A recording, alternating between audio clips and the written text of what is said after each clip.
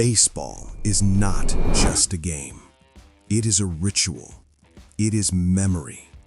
It is America in motion. A white ball, 108 stitches, 9 innings, and a diamond carved into dirt. But here's the truth most people don't know. Baseball was not invented in a single moment, not by one hero, not in one town. In 1845, in New York City, a group called the Knickerbocker Baseball Club wrote down the first formal rules. One of them, Alexander Cartwright, helped shape the structure we still recognize today. But the game itself, it evolved. From older bat and ball games like rounders in England, from local clubs, from communities experimenting with rules. And then something happened. During the American Civil War, soldiers played baseball in camps between battles. The game spread north, south, west. By 1869, the Cincinnati Red Stockings became the first openly professional baseball team. Paid players, structured league play, a new era. And in 1903, the first modern World Series was played between the Boston Americans and the Pittsburgh Pirates. A national spectacle, a championship ritual. But here's the deeper question. How did a simple bat and ball pastime become Major League Baseball? A league founded in 1903 through the merger of the National League and the American League. A sport with 162 games per team, a postseason watched by millions. Why does a 90-foot base path matter? Why 60 feet 6 inches from mound to plate? Why 9 innings? Because baseball is geometry, psychology, time stretched into tension, silence before explosion. And tonight, we break it down. The origin, the conflict, the evolution, the legends, the myths. This is the story of Major League Baseball. And by the end of this video, you will never see a baseball diamond the same way again. Let's step onto the field.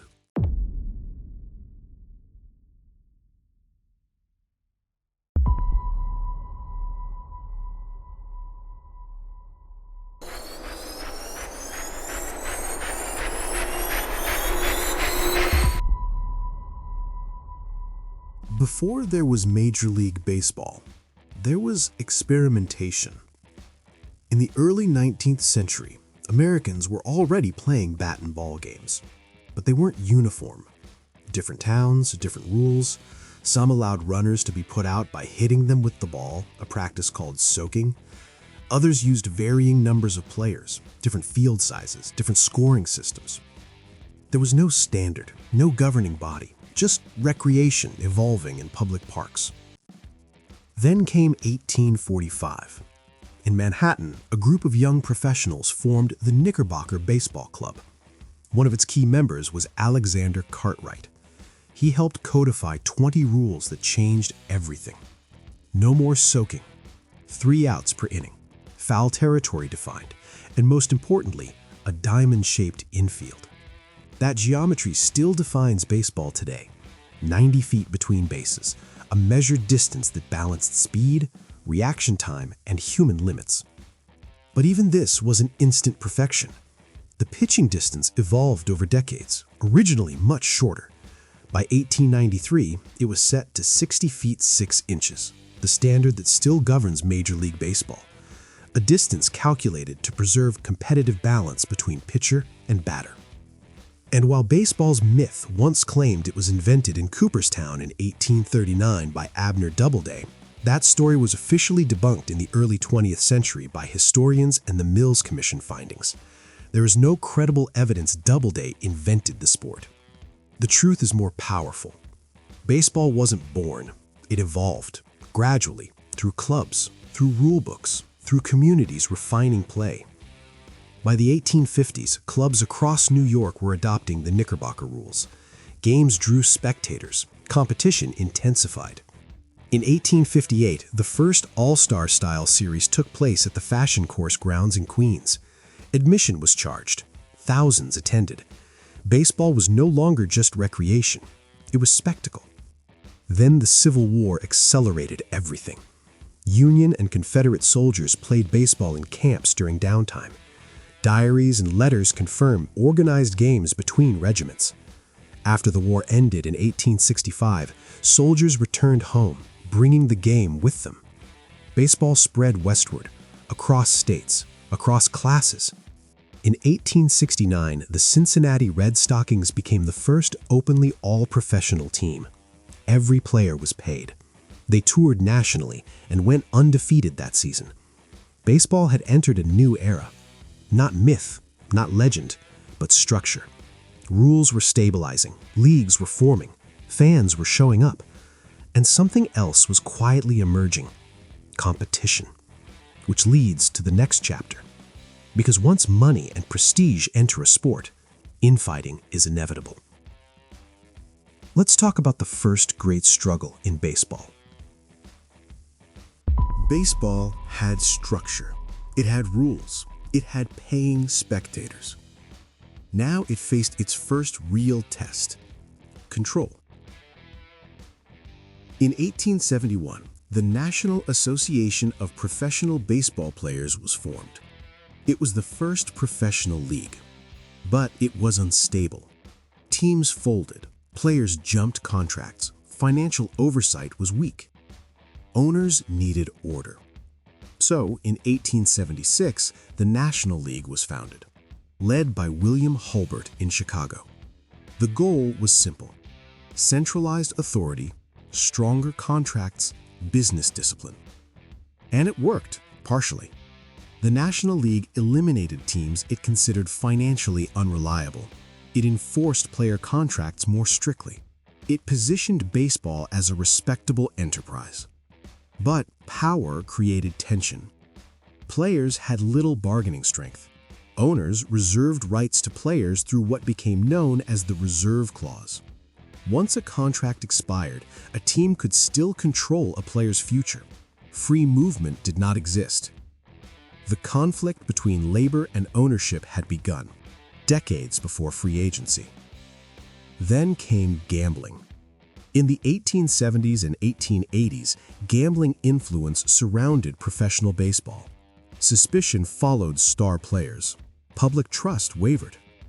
And in 1919, the sport faced its greatest scandal.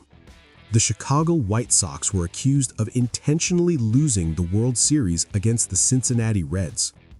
8 players were eventually banned from baseball for life. The event became known as the Black Sox scandal. Even though a jury later acquitted the players in criminal court, Major League Baseball's new commissioner, Kennesaw Mountain Landis, banned them permanently in 1921. His message was clear: baseball would protect its integrity at all costs. Because by then, baseball was no longer just entertainment, it was a national institution. Attendance was rising, new ballparks were being built, the World Series was becoming tradition. And scandal threatened everything. But conflict didn't stop with gambling. In 1901, a rival league, the American League, declared itself a major league. It competed directly with the National League for players and markets. Salary wars erupted. Contracts were ignored. Franchises moved. 2 leagues, 2 champions. No unified system. It was chaos at the top. Until 1903, when the National League and the American League agreed to peace. They recognized each other as equals, they created a formal agreement, and they staged the first modern World Series between league champions. Conflict had forced structure, but another problem remained: exclusion.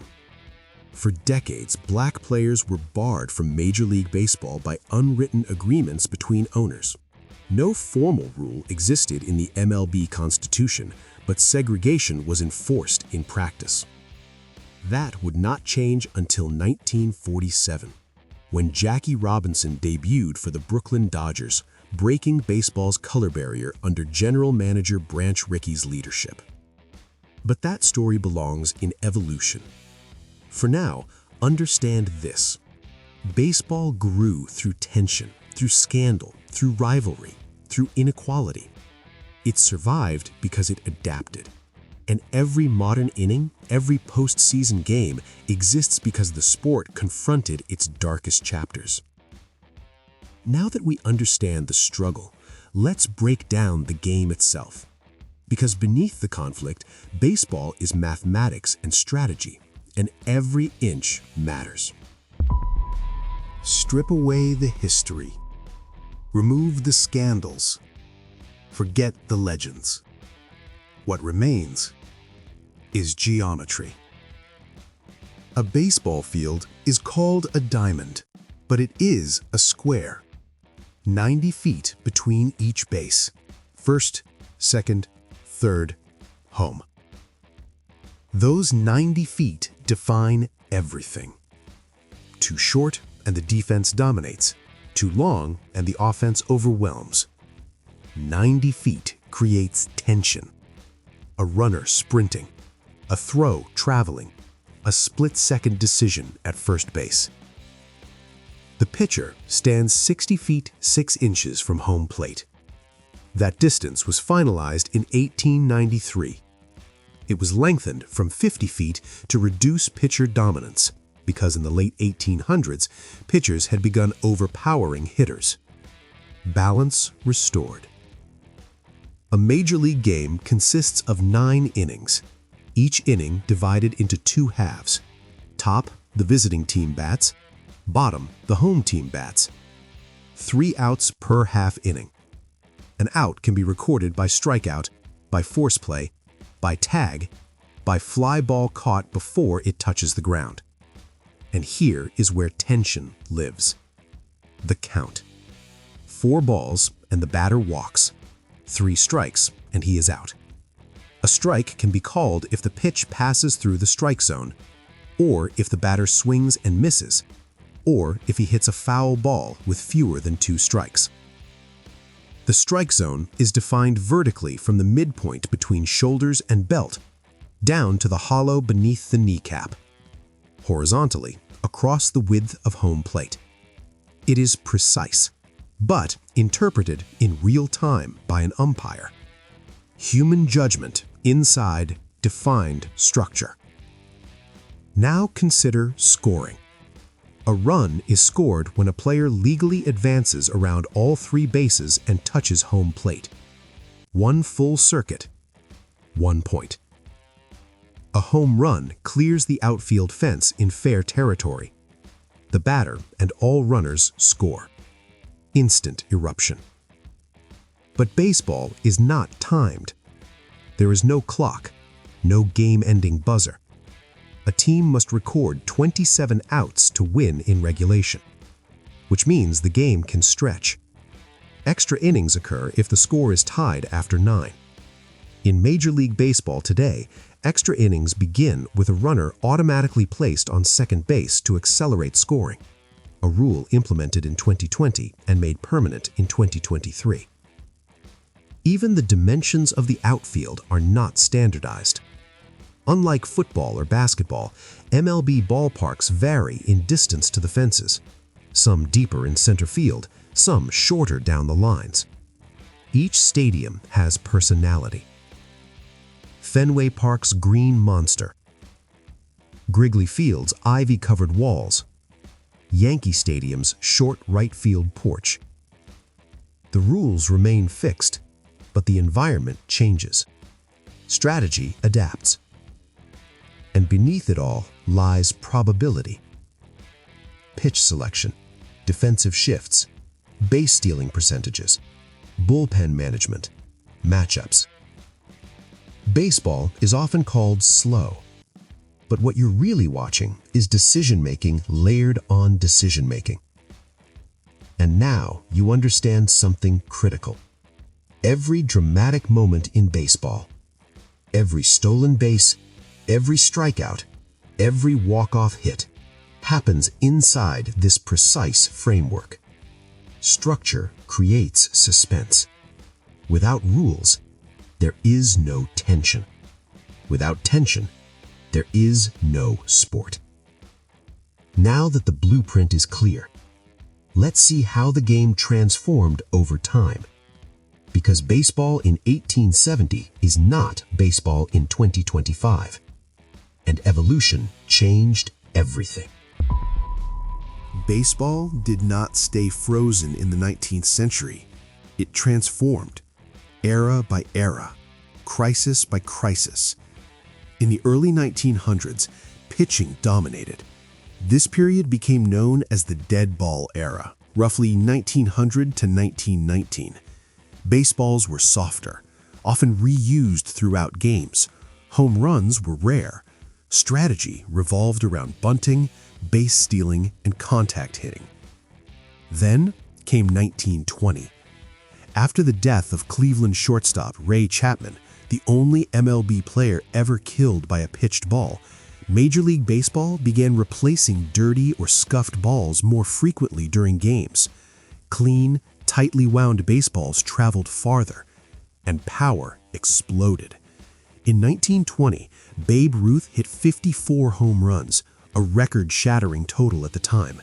He out-homered entire teams. The live ball era had begun. Baseball shifted from small ball strategy to power spectacle. Stadiums grew larger. Attendance surged in the 1920s. The sport became entertainment on a new scale. Then, television arrived. By the 1950s, games were broadcast nationally. Teams began relocating. In 1958, the Dodgers moved from Brooklyn to Los Angeles. The Giants moved from New York to San Francisco. Baseball expanded west. In 1969, divisions were introduced. The League Championship Series was added. The postseason expanded. More drama, more elimination games. Then came free agency. In 1975, an arbitrator ruled in favor of pitchers Andy Messersmith and Dave McNally, effectively dismantling the perpetual reserve clause. Players could eventually negotiate freely after contract expiration. Power shifted. Salaries rose. Player movement accelerated. Another transformation arrived in 1994. A players' strike canceled the World Series for the first time since 1904. Fan trust fractured. Attendance dropped. And then the late 1990s brought the so-called steroid era. Offensive numbers surged. Home run records fell. Later investigations and MLB policies revealed widespread performance-enhancing drug use among some players. Testing policies were strengthened beginning in 2004 and expanded in later collective bargaining agreements. Baseball confronted credibility again, just as it had in 1919. But evolution didn't stop there. Analytics reshaped strategy in the 2000s and 10-teens. On-base percentage gained value. Defensive shifts became common. Pitch velocity increased dramatically across the league. Bullpens specialized. In 2023, MLB implemented significant rule changes. A pitch clock to improve pace of play, limits on defensive shifts, larger bases to encourage stolen bases. Game time dropped. Steal attempts increased. Action returned. From dead balls to live balls, from segregation to integration, from reserve clause to free agency, from instinct to analytics. Baseball never stopped evolving, and every change carried consequences. Because when a sport evolves, it spreads, and baseball didn't stay American for long. Now, let's follow it across the world.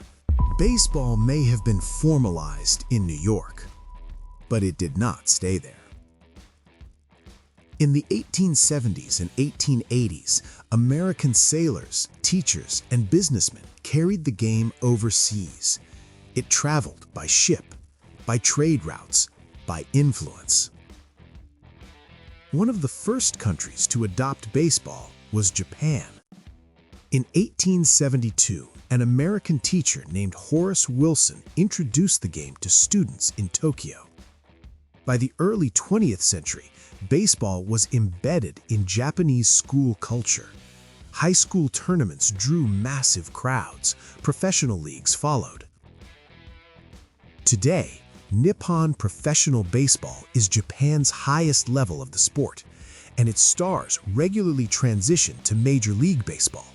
Shohei Ohtani is one of the most prominent modern examples, a two-way player succeeding as both pitcher and hitter. Then came the Caribbean. Cuba embraced baseball in the 1860s and 1870s, introduced by students returning from the United States. It became intertwined with national identity. The Dominican Republic followed.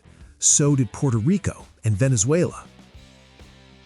By the mid-20th century, Caribbean nations were producing elite MLB talent. Roberto Clemente of Puerto Rico debuted in 1955. He would become a 15-time All-Star and the first Latin American player inducted into the Hall of Fame. In Latin America, baseball became both sport and opportunity. Young players trained in academies, major league teams established scouting networks. The pipeline expanded. Mexico developed professional leagues. Canada joined Major League Baseball officially with the Montreal Expos in 1969 and later the Toronto Blue Jays in 1977. And in 2006, the World Baseball Classic was launched, an international tournament sanctioned by MLB and the MLB Players Association. National pride entered the professional stage. In 2023, Japan defeated the United States in the World Baseball Classic final. Shohei Ohtani struck out Mike Trout to end the game. Two MLB teammates representing different nations. The sport had come full circle. Baseball is also an Olympic sport, intermittently included. It appeared in 1992, 1996, 2000, 2004, and returned in 2021 for the Tokyo Games. And today, Major League Baseball features players from dozens of countries. Opening day rosters regularly include athletes from the Dominican Republic, Venezuela, Cuba, Japan, South Korea, Canada, Mexico, Colombia, Panama, and more. The diamond did not change. 90 feet between bases, 60 feet 6 inches to the plate. But the accents changed, the cultures changed, the style of play diversified. Baseball became global not by accident, but through migration, media, and shared competition. From sandlots in New York to domed stadiums in Tokyo to packed Winter League games in Santo Domingo, same rules, different rhythms. And when a sport spreads globally, its heroes multiply.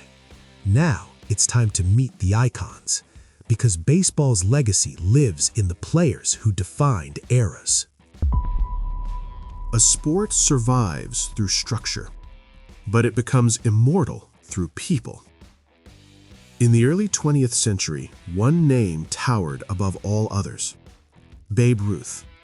He began as a dominant left-handed pitcher for the Boston Red Sox, then transformed into the most feared power hitter the game had ever seen. In 1927, he hit 60 home runs, a record that stood for 31 years. He didn't just change scoreboards, he changed style. He turned baseball into spectacle. Then came Lou Gehrig. Consistency. Durability. He played 2,130 consecutive games, a record that stood until 1995. His farewell speech in 1939 remains one of the most iconic moments in sports history. But baseball's most powerful breakthrough came in 1947. Jackie Robinson. On April 15, 1947, Robinson debuted for the Brooklyn Dodgers. He became the first black player in Major League Baseball's modern era. He endured hostility, threats, and isolation, but he performed. He won Rookie of the Year. He stole home 19 times in his career. He changed the sport permanently. Then came Willie Mays. Speed, power, defense. His over-the-shoulder catch in the 1954 World Series remains one of the most famous plays ever recorded. Hank Aaron followed. In 1974, he surpassed Babe Ruth's career home run record. He finished with 755 home runs, a record that stood until 2007. His achievement came under enormous public pressure and racial hostility. Pitchers defined eras too. Sandy Koufax dominated the 1960s.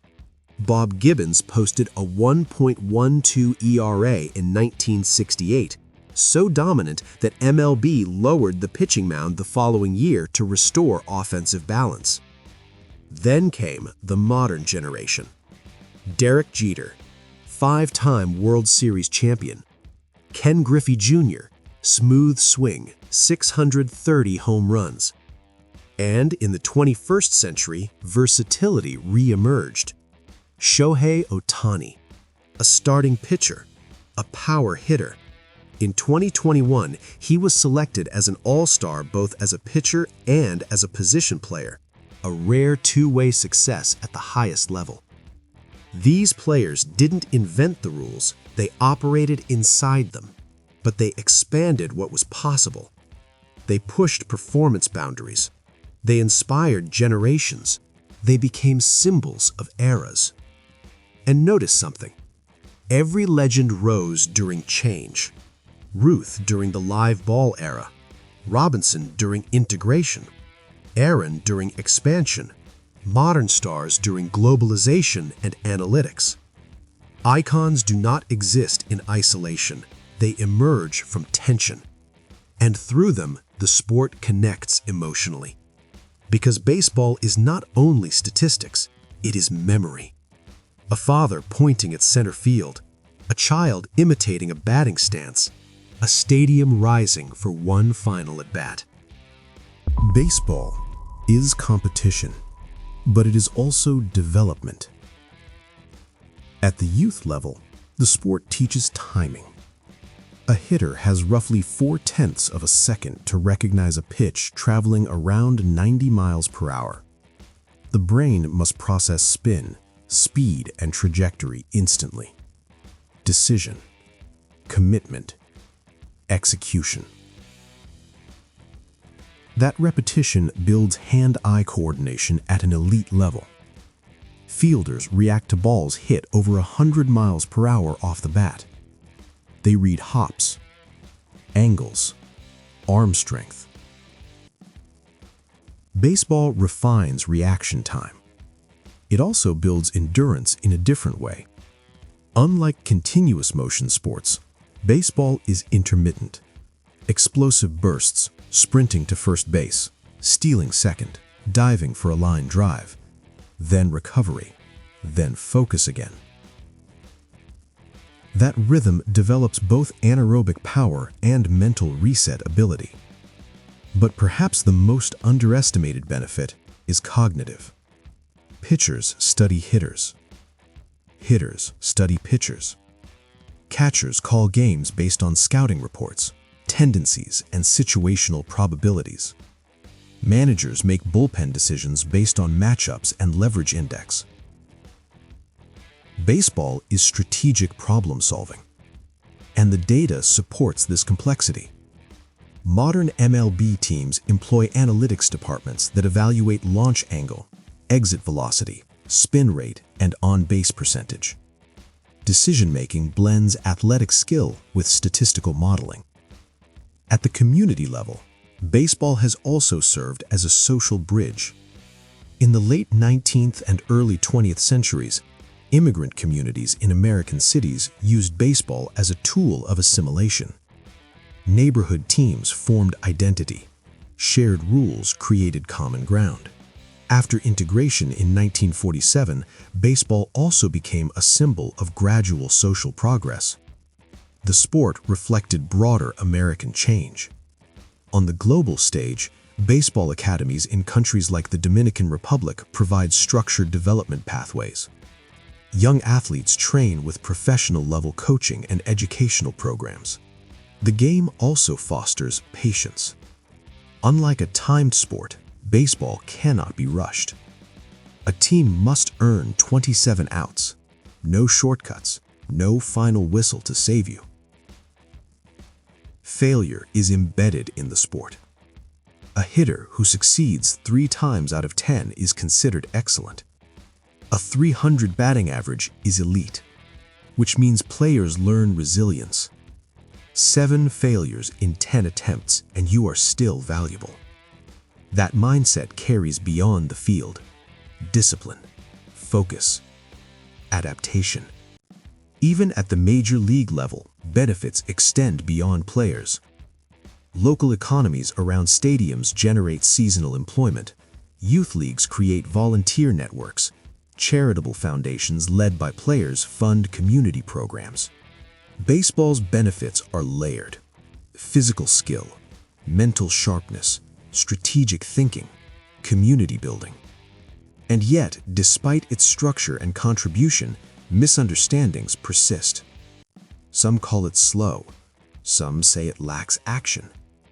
Some believe myths about its origin and fairness.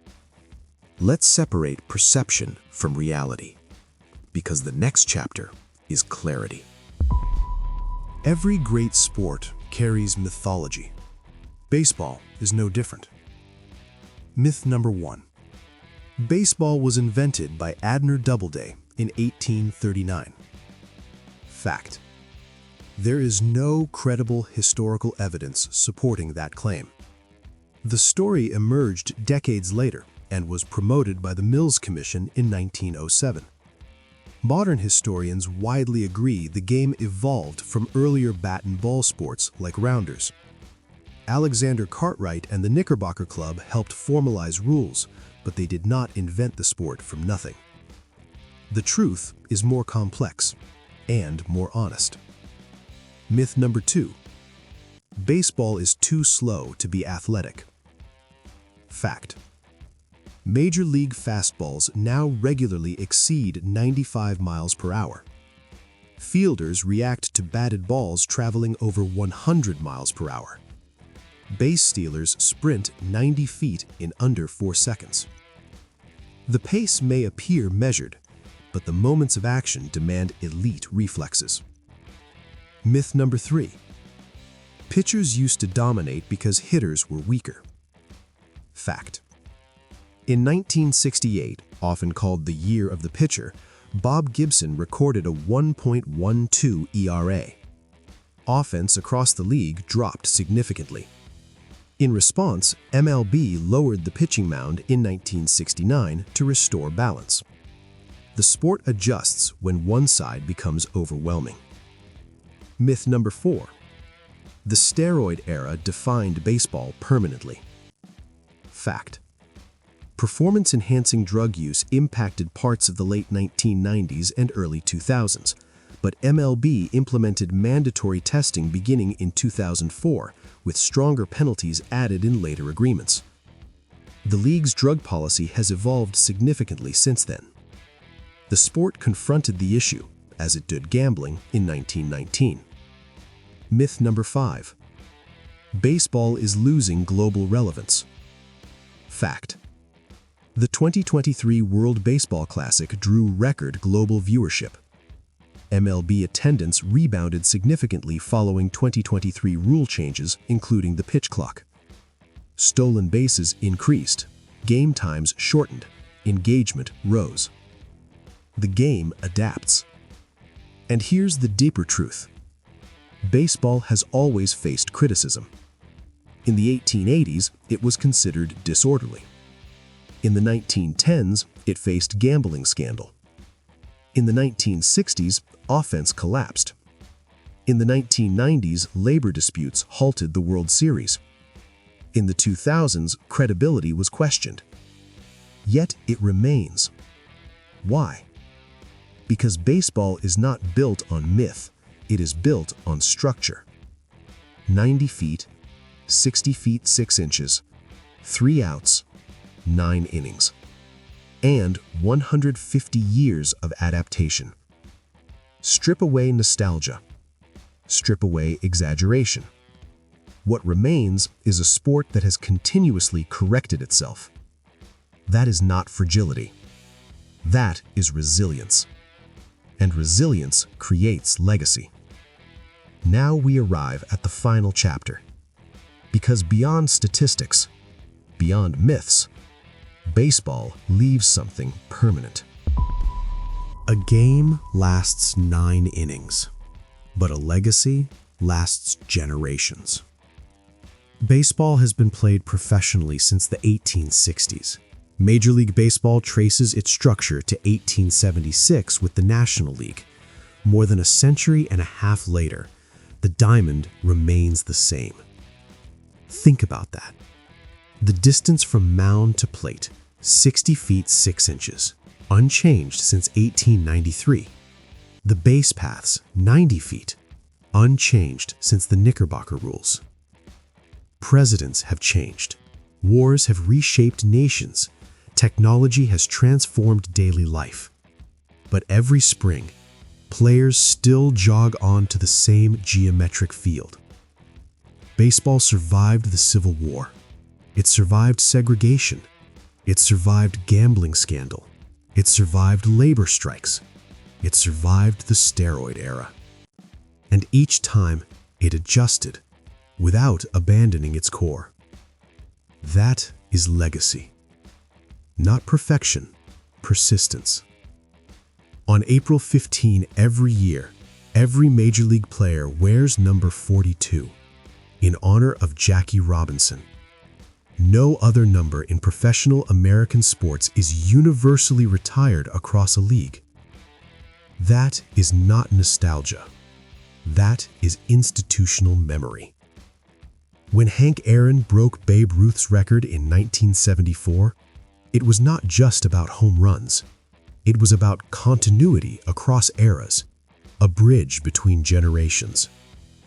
When Cal Ripken Jr. surpassed Lou Gehrig's consecutive game streak in 1995, fans stood for 22 minutes in Baltimore. Not because of statistics alone, but because history had been carried forward. Baseball is sometimes called slow. But slowness allows reflection. It allows storytelling between pitches. It allows tension to build in silence. No clock dictates the ending. The final out must be earned. That structure mirrors something deeper. Progress is not rushed. Trust is not instant. Legacy is not loud. It is built inning by inning, season by season, generation by generation. From sandlots to stadiums, from radio broadcasts to global streaming, from local clubs to international tournaments. The diamond stayed constant. The world moved around it.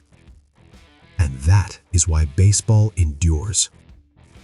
Not because it refuses change, but because it balances tradition with evolution, structure with adaptation, memory with momentum. And that balance is why the game still matters. A white ball, 108 stitches, 90 feet of tension. From handwritten rules in 1845 to global tournaments in packed stadiums, baseball did not appear fully formed. It evolved through conflict, through correction, through courage. It gave us geometry. It gave us legends. It gave us moments that crossed generations. And now you understand why the diamond still matters. Because every pitch carries history. Every inning carries memory. If you see sports as more than highlights, if you care about origins, evolution, and truth, subscribe to the Origins of Game. Like this video, share it with someone who loves baseball, And tell us in the comments which era of baseball defines the game for you. Because every sport has a beginning, and we uncover it. I'll see you in the next origin story.